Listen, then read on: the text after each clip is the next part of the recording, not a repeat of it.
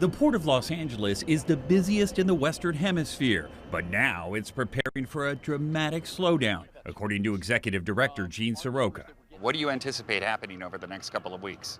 In 2 weeks' time, Carter, we'll see a drop on our import side of the business by about a third. And it could be as much as 40% the week to follow. Most American importers are saying that they're stopping shipments out of China because they simply weren't going to pay 2.5 times the cost of the goods. With a 145% tariff, a container of Chinese goods worth $100,000 will now cost importers an extra $145,000. With information coming out of Washington seemingly by the hour, it's tough to get a line of sight on what's next. Inventory on hand right now in the United States will last for about 6 to 8 weeks. After that, shelves will be bare. We won't be able to buy as much online.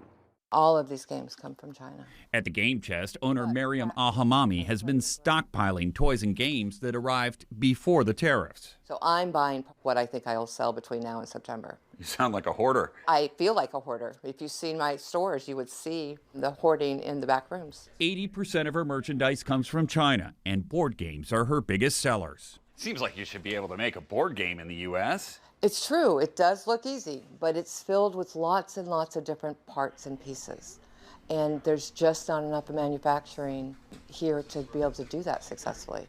At this point, even if the tariffs are reduced significantly, It'll still take about 10 days to 2 weeks to get these ships back in line over in China. Then it's a 2-week trip here to LA. So we're starting to cut it pretty close with respect to inventory in the U.S. So we might see some empty shelves even if the tariffs are brought down in the next couple of weeks. We're running out of time on that. And if we have fewer items to select from, that's going to put a pinch on the American buyer.